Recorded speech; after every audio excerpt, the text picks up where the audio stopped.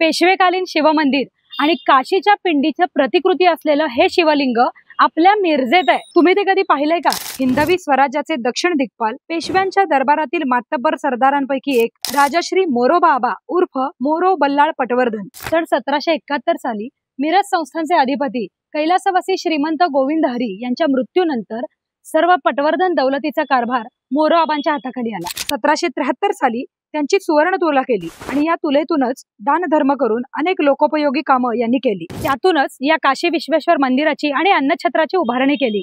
या मंदिराचं वैशिष्ट्य असं की इथलं हे शिवलिंग काशीच्या मुख्य शिवलिंगाची हुबेहूब प्रतिकृती आहे। लिंगाची खालची बाजू ही वाळूपासून बनलेली आहे, तर वरचं लिंग हे दगडाचं आहे।